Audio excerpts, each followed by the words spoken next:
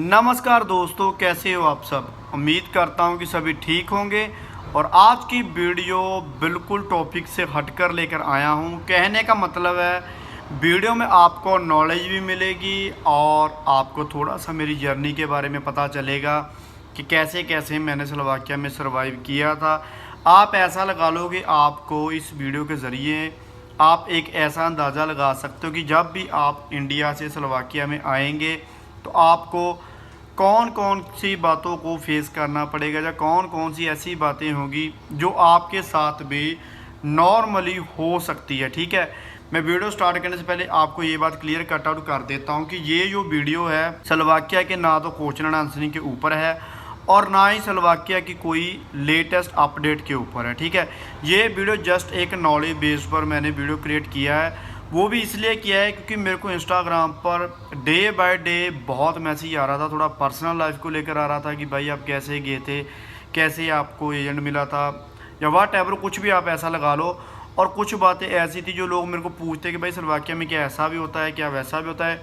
So overall देखते हुए मैंने ये एक वीडियो क्रिएट किया है। अगर तो आपको इंटरेस्टेड है तो वीडियो देख लेना, नहीं तो आप अभी से एग्जिट करके जा सकते हो। ठीक है, और वीडियो स्टार्ट करने से पहले मैं एक ही रिक्वेस्ट करूंगा, अगर आप चैनल पर नए आए हैं तो पहले कर दें वीडियो को लाइक, फिर कर ले चैनल को सब्सक्राइब और साथ में बेल आइकन को ऑन कर लें ताकि आपको नोटिफिकेशन जो है आ सके।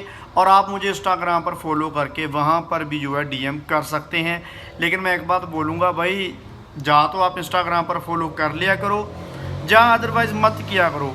पता क्या करते हैं कुछ लोग, जब इन्फॉर्मेशन लेनी होती है पहले कर लेते हैं फॉलो, फिर उसके बाद में फॉलो जो है अपना वापस ले लेते हैं। कहने का मतलब मेरे को अनफॉलो कर देते हैं, फिर जब इन्फॉर्मेशन की नीड पड़ती है फिर पहले फॉलो करते हैं और फिर मेरे को जो है मैसेज करते हैं। तो भाई इससे अच्छा है आप मेरे को फॉलो मत करो, कोई ज़बरदस्ती नहीं है कि आप मुझे ठीक है फॉलो करो। ठीक है, अब वीडियो की ओर बढ़ते हैं। पहले स्टार्ट करता हूँ इंडिया से। ठीक है, अपनी होम कंट्री से स्टार्ट करता हूँ कि कैसे जर्नी बनी थी स्लोवाकिया के बारे में। ठीक है, आप लोगों के साथ में भी ये सब कुछ हो रहा होगा या हो चुका होगा। ठीक है, देखिए मैं भी कोई ऐसे नहीं आ गया हूँ कि जैसे मेरा वीज़ा लगा अभी मेरे को जट से वीज़ा लग गया और मैं जट से इधर को आ गया, ऐसे नहीं है भाई। मैंने भी स्ट्रगल किया है वहाँ पर, मैंने भी बहुत से एजेंट बदले थे। ठीक है, मेरे को कोई ऐसा एजेंट मिल ही नहीं रहा था जो मतलब कि मेरे को यूरोप या किसी और कंट्री में भेज सकें। जब मैं भी किसी को पासपोर्ट पकड़ाता था भाई, वो भी मेरे ऐसे टाइम वेस्ट करते थे। ठीक है, ये बातें मैं इसलिए आपको बता रहा हूँ क्योंकि बहुत से लोगों को ऐसा लगता है कि शायद मेरे साथ ही ऐसा हो रहा है, बाकी सब तो जा रहे हैं। भाई ऐसा नहीं होता, 100 में से 1% लोग ऐसे ही होते हैं जिनका लक काम कर जाता है, नहीं तो अदरवाइज सभी को स्ट्रगल करना पड़ता है। लेकिन एक बात हमेशा ऑलवेज माइंड में रखना, जो काफ़ी लॉन्ग जर्नी तय करते हैं भाई वो बहुत आगे तक जाते हैं। बस इतना ही अपने माइंड में बैठा कर रखना कि अगर मेरा इतना टाइम लग रहा है तो भाई मैं बहुत आगे जाऊँगा, इतना मोटिवेट अपने आप को करके रखना। ठीक है, सो टॉपिक पर आता हूँ। बहुत से एजेंट को पकड़ाया, नहीं बात बनी, लेकिन मैंने जब फिर एक एजेंट को बात की तो भाई 1 महीना 7 दिन लगे थे मेरे को। ठीक है, 1 महीना 7 दिन। बहुत लोग मेरे को पूछते भाई आपको कितना टाइम लगा था। भाई आज से 1 साल पहले 1 महीना 7 दिन लगे थे पूरे प्रोसेस को वीज़ा आने तक के लिए। ठीक है, अब कईयों के माइंड में ये बात आती होगी कि हाँ भाई इसका तो टाइम ही बहुत कम लगा है। भाई उस टाइम क्या था, स्लोवाकिया में इतने इमिग्रेंट्स इंडिया से नहीं आते थे। हम बहुत कम लोग थे जो नॉर्थ साइड के थे, लेकिन ज़्यादा साउथ साइड के जो आदमी थे, जो हमारे इंडिया के साउथ साइड है ना, केरला साइड लगा लो आप, तमिलनाडु साइड लगा लो आप ना, उस साइड के जो आदमी थे वो इधर स्टडी वीज़े पर ज़्यादा उस टाइम आ रहे थे या आ चुके थे, क्योंकि जिनके साथ हम भी रहते थे भाई वो भी स्टूडेंट थे लेकिन वहाँ पर वर्क कर रहे थे। ठीक है, ऐसा सीन था। तो नॉर्थ साइड का जैसे हमने इधर स्टार्ट किया तो फर्स्ट ऑफ ऑल तो मैं आपको पहले ये बताता हूँ कि जो इमिग्रेशन मेरी हुई थी वो कैसे हुई थी। या आप अपॉइंटमेंट के लगा लो चाहे आप एम्बेसी की लगा लो। ठीक है, अपॉइंटमेंट के टाइम जब मैं गया था तो भाई कुछ खासा उन्होंने मेरे से पूछा नहीं, जस्ट एक नाम पूछा था और उन्होंने मेरे को बोला था कि आप अपने वर्क परमिट के जितने भी डॉक्यूमेंट्स आप लेकर आए हो सभी के सभी मेरे को पकड़ा दो। ऐसे ही हिंदी में उसने मेरे को बोला था, कोई इंग्लिश में उसने कोई वर्डिंग नहीं बोली, बिल्कुल नॉर्मल सी बात हुई थी। बेंगलोर में मेरी अपॉइंटमेंट हुई थी। ठीक है, तो जैसे ही मैंने उनको डॉक्यूमेंट्स जैसे ही मैंने उनको पकड़ाए थे और उन्होंने मेरे को बोला बैठने के लिए, 5 मिनट बैठने के बाद उन्होंने बोला कि यहाँ पर साइन कर दो। उनके सामने जो कॉन्ट्रैक्ट होता है भाई आप पहले साइन मत करके जाना, आपका वैसे तो एजेंट आपको बता देगा, उनके सामने सिग्नेचर करने होते हैं कॉन्ट्रैक्ट के ऊपर। और मैंने सिग्नेचर किए, वैसी फीस दी और उन्होंने मेरे को दूसरे वाले रूम में भेज दिया कि आप वहाँ पर जाकर बायोमेट्रिक करवा लो। ठीक है, मैंने पहले भी वीडियो में बताया था कि वो जब बायोमेट्रिक होती है तो भाई रूम के एंटर होने के साथ ही पहले वो आपका नाम पूछेंगे और बोलेंगे आपको कि हम आपकी जो है बायोमेट्रिक स्टार्ट करेंगे, क्योंकि वो एक प्रोसेस मेरे को लगा कि वो रिकॉर्डेड होता है, वो इसलिए ऐसे बोलते हैं। फिर उन्होंने मेरे को स्टैंड किया और उन्होंने पहले बोला ऐसे फ्रंट में ऐसे हाथ करो, ठीक है। फिर उन्होंने मेरी पिट कर दी कैमरे को और फिर से बोला कि ऐसे अपने हैंड करो, तो फिर मैंने किए। तो उन्होंने बोला भी यहाँ पर भी ये अपनी फिंगर्स रखें, फिंगर्स वगैरह रखी, थम्स वगैरह रखे, डन हो गया बायोमेट्रिक। और उन्होंने मेरे को ना स्लिप दे दी, ठीक है। और स्लिप देकर मैं जैसे ही बाहर में आया तो उन्होंने बोला कि आपका बायोमेट्रिक हो चुका है, आप जा सकते हो और आपका जो वीज़ा है वो इतने डेज़ में लगकर आ जाएगा, ठीक है। लेकिन पहले ही आ गया था भाई, उस टाइम जो था प्रोसेस बहुत फास्ट चल रहा था, क्योंकि इतने इमिग्रेशन या इतने इमिग्रेंट्स उस टाइम नहीं आ रहे थे, ठीक है। और उसके बाद में शॉपिंग वगैरह मैंने आपको नॉर्मली बताई है भाई। जो क्लोथ्स है थोड़े विंटर वाले लेकर आने हैं, ज़्यादा विंटर वाले होने चाहिए। समर वाले आप कम भी लेकर आओगे तो चल जाएगा। साथ में ग्रोसरी वगैरह मैंने ऑलरेडी आप लोगों को बताई हुई है, आप लोगों को पता भी है। आप ग्रोसरी में भी आप मसाले वगैरह लेकर या मैगी वगैरह लेकर आ सकते हो। ज़्यादा कॉस्मेटिक जैसे लड़कियाँ होती हैं कॉस्मेटिक वगैरह सामान अगर लेकर आना चाहती हैं, अगर आपको कोई ब्रांड इंडियन अच्छा लगता है तो वो पिक कर लेना, क्योंकि इधर थोड़ा आपको कॉस्टली पड़ेगा। और जैसे एक मैं आपको ना इंटरेस्टिंग बात बताता हूँ, अभी देखो जो लैंडिंग होती है वो वियना ऑस्ट्रिया में होती है, वहाँ पर भी भाई कुछ खासा नहीं हुआ था। उन्होंने मेरे को नाम बोला और मेरा वेलकम किया और उन्होंने बोला चल भाई निकलता बन ठीक है। उन्होंने एग्ज़िट का बोल दिया तो आ गए वहाँ से। जैसे हमारी जो कंपनी वाले थे भाई वो मेरे को ऑलरेडी हमको लेने आए हुए थे और उनके साथ हम अपने जो भी उन्होंने हमको हाउस देना था हम वहाँ पर चले गए। और वहाँ भाई एक सुपरमार्केट थी, मैं ये बात आपको इसलिए बोल रहा हूँ, मैं भाई सुपरमार्केट पर मैंने ना थोड़ा सा ग्रोसरी का सामान लेने गया तो भाई मैंने उससे इंग्लिश में बात की तो भाई वो लड़की बोली नहीं, उसने मेरे को बिल्कुल फुली इग्नोर कर दिया। तो मेरे को लगा शायद उसको इंग्लिश आती नहीं होगी, तो मैंने ट्रांसलेटर निकाला और ट्रांसलेटर मैंने उसको ऐसे ट्रांसलेट करके उसको बताया तो भाई उसने फिर इग्नोर कर दिया। तो मैं शॉक हो गया कि भाई या तो ये बहरी है या इसको समझ में नहीं आ रहा अभी मैं बोल क्या रहा हूँ। तो फिर ना क्या हुआ, जैसे मतलब कि मैंने उसको ऐसे बोला तो उसने मेरे हाथ देखा तो, लेकिन पूरा ना एरोगेंट टाइप में दे रही थी भाई, ऐसे ऐसे ऐसे मेरे को घूर के उसने देखा। तो मेरे को लगा कि शायद यार ये मेरे को थोड़ा कुछ और ही समझ रही है। तो फिर मैंने क्या किया, वो ट्रांसलेट को मैंने ना ऐसे रीड करके उनकी भाषा में जैसे ही मैंने बोला तो भाई उसने झटक से मेरे को रिप्लाई दे दिया और इंग्लिश में रिप्लाई दिया भाई मेरे को। तो मैंने उससे पूछा कि जब मैं पहले इंग्लिश में बोला तो आप बोले क्यों नहीं। तो उसने मेरे को बोला कि जब भी आपने यहाँ पर सुपरमार्केट आना है तो आप हमेशा हमारे साथ सलवाक लैंग्वेज में ही बात करें। तो मैंने पूछा ऐसा क्यों। वो बोलते कि हमारी कंट्री में आप आए हुए हो और यहाँ पर सलवाक लैंग्वेज ही चलता है। अगर आप विला साइड जाओगे अब तो काफ़ी मतलब कि यहाँ का माहौल जो है चेंज आउट हो चुका है, लेकिन जब मैं साल पहले आया था तो मेरे को ऐसा लगा कि यार ये लोग जो है ना इमिग्रेंट्स को अच्छा नहीं समझते। तो और ये 100% सच है।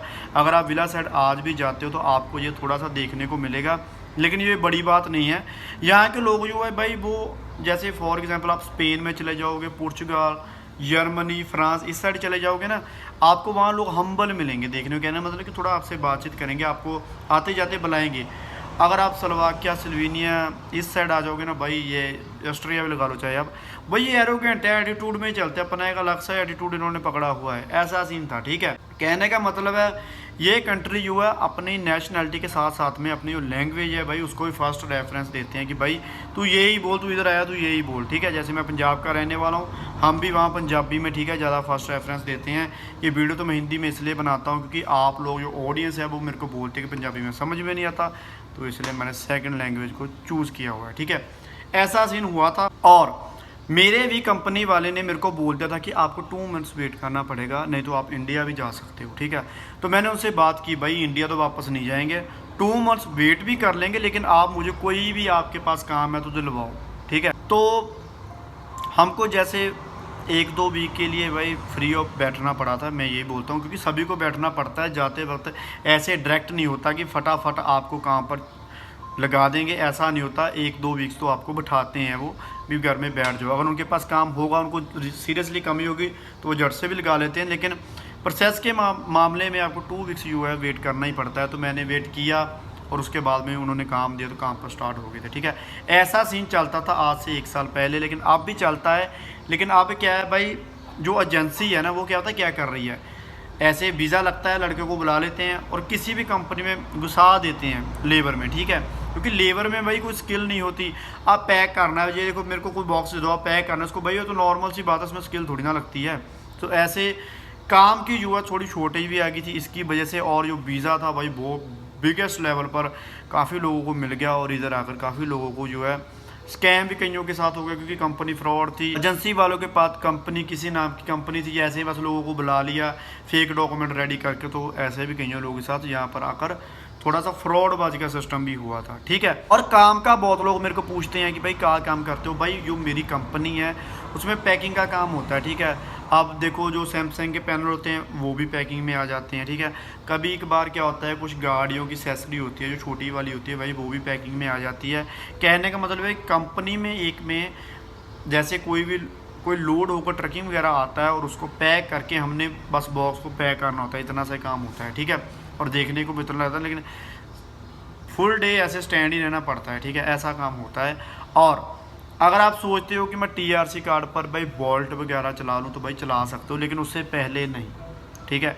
जब तक आपकी ID नहीं बनती तब तक आप डिलीवरी या पार्ट टाइम जॉब नहीं कर सकते। अगर आप पकड़े जाते हो तो भाई आपको जो है फ़ाइन पड़ सकता है, ठीक है। तो इससे अच्छा है TRC कार्ड आने के बाद जो भी आपने करना है आप कर सकते हो।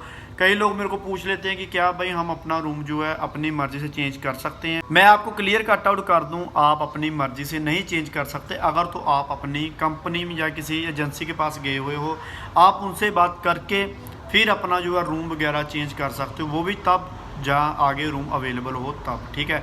ऐसे नहीं है कि आपको एक हाउस से दूसरे हाउस में जाना तो भाई ऐसे वो, और उनका ही हाउस होगा तो भाई वो कर देंगे, नहीं तो अदरवाइज़ नहीं करेंगे, ठीक है। ऐसा सीन होता है। ये छोटी सी आप नॉलेज लगा लो, चाहे आप इन्फॉर्मेशन लगा लो। मैंने ये जस्ट एक आपको एक हिंट दिया था भी कैसे होता है अगर आप किसी कंट्री में विज़िट करोगे, क्या इमिग्रेशन में पढ़ती। लेकिन इमिग्रेशन अगर मेरे को नहीं पड़ी तो मेरे साथ वाले को पकड़ लिया था उन्होंने। कहने का मतलब क्वेश्चन एंड आंसर उससे हुई थी। नॉर्मल सा पूछते हैं भाई, नॉर्मल सा, बिल्कुल नॉर्मल सा, हिंदी में भी बोल देंगे, इंग्लिश में भी बोल देंगे, बिल्कुल नॉर्मल से बात करेंगे। नाम पूछने के साथ ही वो पूछ लेंगे आप कौन सी कंट्री में जा रहे हो, कौन सी कंपनी में जा रहे हो, कंपनी का नाम क्या है, कंपनी का लाइसेंस नंबर क्या है, बस इससे ज़्यादा और कुछ नहीं पूछते। अगर आपको परेशान करेंगे तो भाई एयरलाइन वाले ही करेंगे। एयरलाइन वाले को पास फुल अथॉरिटी होती है, वो आपका वीज़ा रिजेक्ट भी कर सकती हैं, ठीक है। ये बात माइंड में रखना। एयरलाइन वाले जो होते हैं भाई वो ज़्यादा मोस्ट ऑफ केसों में क्वेश्चन एंड आंसरिंग करते हैं, नहीं तो जो इमिग्रेशन होती है भाई वो नॉर्मल से क्वेश्चन करते हैं। उनको पता होता है कि इसके पास डॉक्यूमेंट्स वगैरह है, फुल एंड फाइनल ये वहाँ डेस्टिनेशन पर जा रहा है, तो उनको कोई दिक्कत नहीं होती, ठीक है। और बहुत से लोग मेरे को पूछते हैं कि भाई वियना, हम ऑस्ट्रिया का वियना ही क्यों एयरपोर्ट चूज़ करते हैं, स्लोवाकिया का ब्रतिस्लावा का भी तो है। भाई वो जो ब्रतिस्लावा वाला है वो इंटरनेशनल फ़्लाइट के लिए नहीं बना हुआ, ठीक है।